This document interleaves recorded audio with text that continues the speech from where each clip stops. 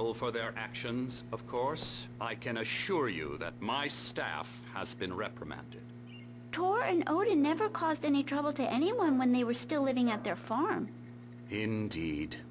All we can do is to slow down the progress of their dementia. Are you feeling any better, Mr. Wake? I'd like to leave. Am I free to go? Well, we still need to talk about... Am I under arrest? No, of course not. But I need to know where you'll be staying so I can get in touch with you. I'd avoid the motel. The Majestic is known for its roaches. The cabins at Elderwood are pretty nice, though. That sounds perfect. I'm Dr. Emil Hartman. I'd like to invite you to stay at Cauldron Lake Lodge. Did you talk to my wife? I had the pleasure of discussing your situation with her on several occasions. Did you set something up with her? I invited her here. My clinic is a place where... Oh! Hey! Oh, my! Take it easy. Hey, nobody move! Get your hands off of my client! Who are you? I'm Barry Wheeler, his agent. If you have business with Mr. Wake, you talk to me. You yokels won't know what hit you once I sick my lawyers on your asses. No harm done, Sarah. I'm all right. I don't want to press charges. Mr. Wake, my offer still stands. Get me out of here. What the hell was that about, Al? We don't need a replay of that thing with the paparazzi. I thought they were gonna lock you up. I had to talk to someone. I told Barry everything. He thought I was certifiable, but when he heard about the manuscript, I had him. The fact that I'd written something, even if I couldn't remember it, was enough for him. He smelled money. And he believed that Alice had been kidnapped. Anything beyond that was another story. I had a midnight appointment with the kidnapper in a place called Lover's Peak, somewhere in Elderwood National Park. The plan was to rent a cabin. I don't like it, Al. I don't like any of it. It's not good. In fact, it's the absolute opposite of good. Mr. Wake! Barry, you found him! Hi, Rose. Oh, wow, I was just thinking about you, too. Great. I was just bringing Rusty some coffee. He's on the balcony, looking after Max. Poor thing. I really need to go. Great to see you again, Mr. Wake. Later! Who's Max? What an airhead. Jeez, Mr. Takes a swing at everybody. This is not her fault. She's a very nice girl and, more importantly, a fan. She even has a fan site dedicated to you. And she was very helpful when I was looking for you. Seriously, Al, what you were saying in the car? Just listen to yourself. What, you shot a guy and his body just disappeared? When was the last time you slept? What, are you high? Have you been drinking? No! Look, Barry, I'm missing a week, and someone's got Alice, and everything's just... Do you understand what it sounds like when you say stuff like that? Don't get me wrong, it's a good story, could be a bestseller. But when you start confusing fiction with reality, you're buying yourself a ticket to the funny farm. Easy there, boy. I'm almost done. Hey, Rusty, right? You rent cabins. Oh, Mr. Wake. I'd shake your hand, but mine are kind of full here. Actually, I'm sorry about this. Would you mind grabbing the registration form from the desk? It's just across from Bucktooth Charlie. Okay, sure. What happened? Crazy poachers. Max here got his foot caught in a trap. They're illegal to use here. Hell, you're not supposed to hunt within the park at all. But that doesn't stop some lowlifes. Well, at least Max is gonna be okay. He got lucky.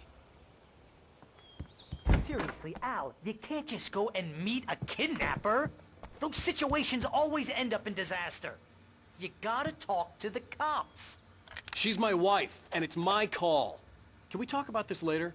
No, this whole thing, listen, you hit your head. I mean, geez, Al, come on. You gotta understand how crazy all this sounds. If you're trying to pull a joke on me, freak me out, it's working. Ha ha, let's have a laugh on Barry. Well, you had me going there real funny, Al. You can quit it now.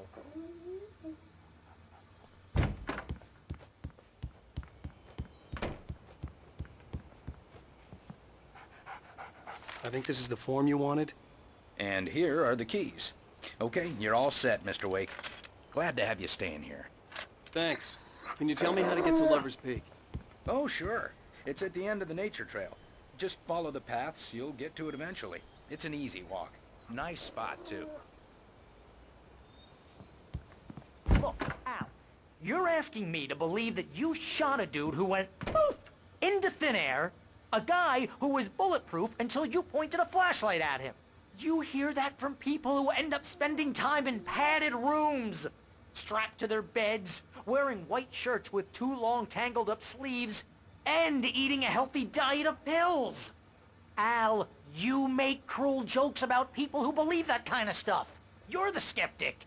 You gave me an hour-long lecture on homeopathy last month. What was it? If there's no proof, it's pure bullshit. Period. Guess the laugh's on me then. Al, come on! I mean, okay. Okay, maybe something weird happened to you, okay? Well, thanks for the heartfelt vote of confidence. All I'm saying is you gotta throw me a bone here, bestseller. What would you think if it was me? There's no way you should be going out at midnight with a gun. No one asked you to come here, Barry. Either work with me on this or go straight back to New York. Your choice.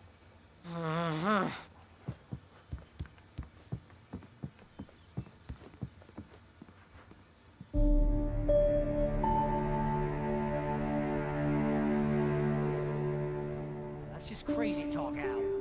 Al? Al? We should go to the sheriff or call the FBI? Damn it, Barry! They'll kill her! This is not a goddamn debate, Barry. I'm going to Lover's Peak. He said to come alone. Okay, okay then. I understand. You're my best friend and I'm worried that you're not right in the head. Tell me what to do to help and I'll do it. You stay here, and if I'm not back by morning, call the cavalry.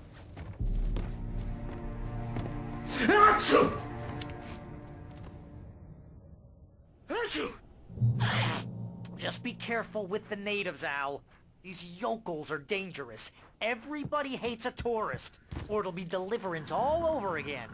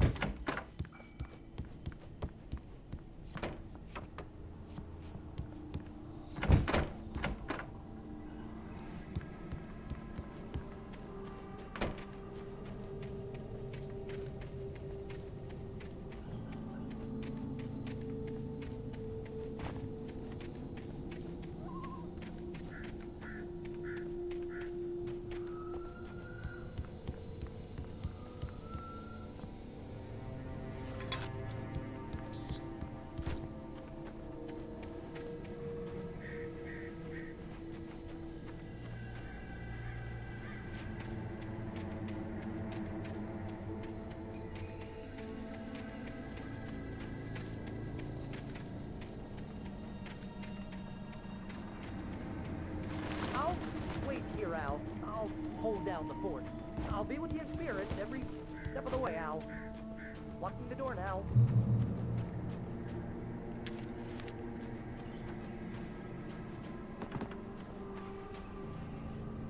Barry had the keys to the car he rented.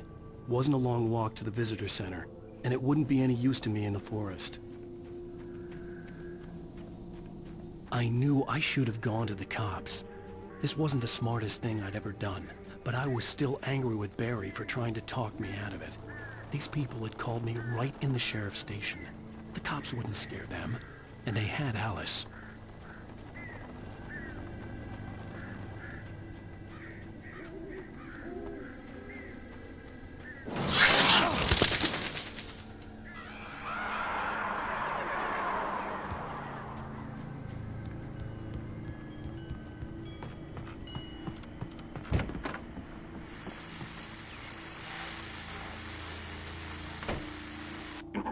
Welcome back to the show, folks. As promised, our very own Dr. Nelson has just parked his rear end in the studio. Doc, what's your Deerfest plan like? My plan? You make it sound a lot more organized than I ever seem to manage.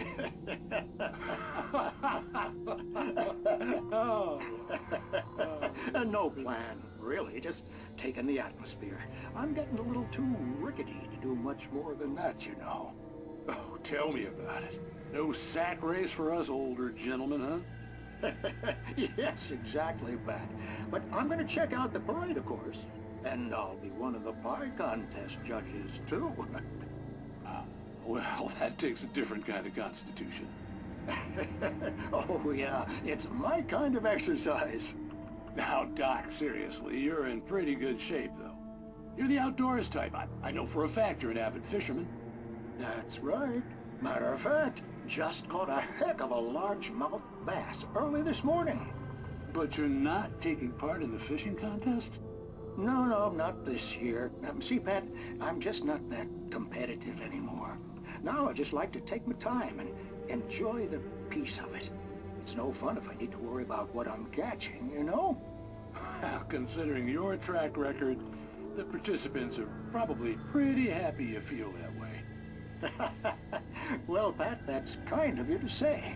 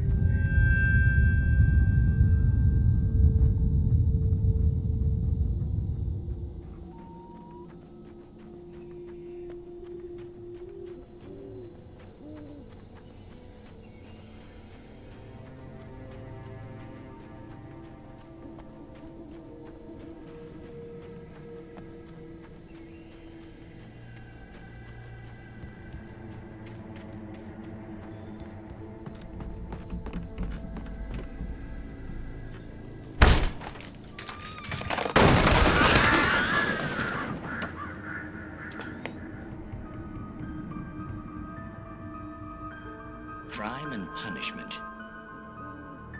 The cancer and cure of civilization. But some crimes are impossible to punish, especially in Night Springs. Tonight's episode, The Man in the Mirror.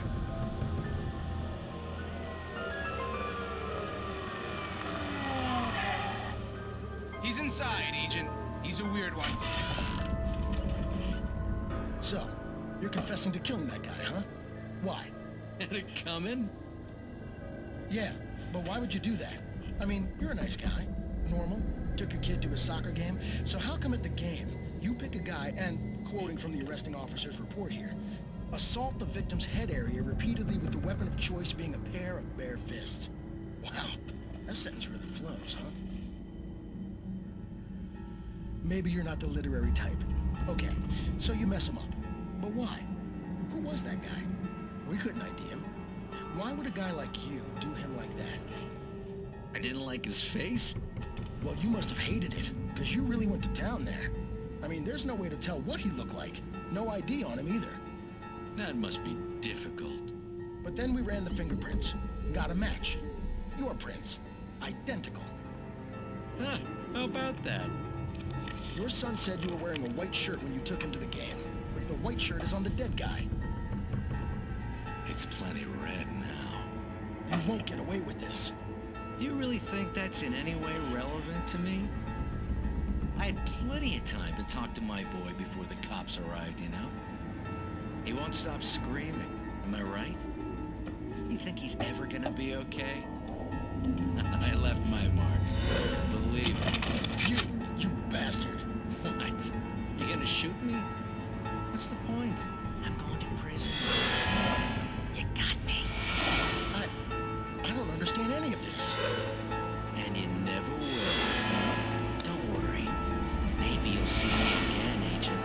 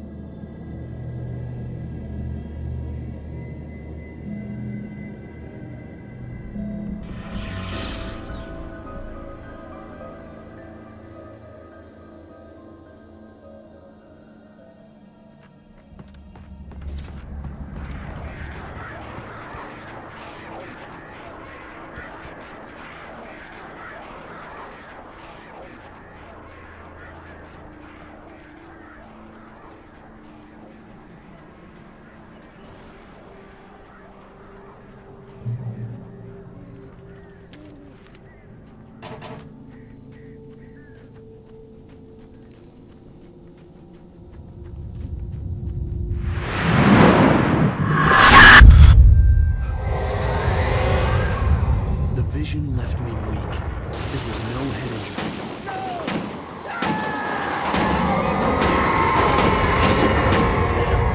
Rusty, hang on! We're coming! Please, help me! Anybody? Help me! Help me! Can you hear me? Anyone? Please, help! Help me! The ranger's office was locked. I'd need a key to get in.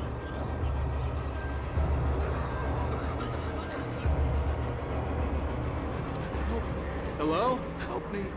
Somebody back here! I'm back here! Hey! Please help me!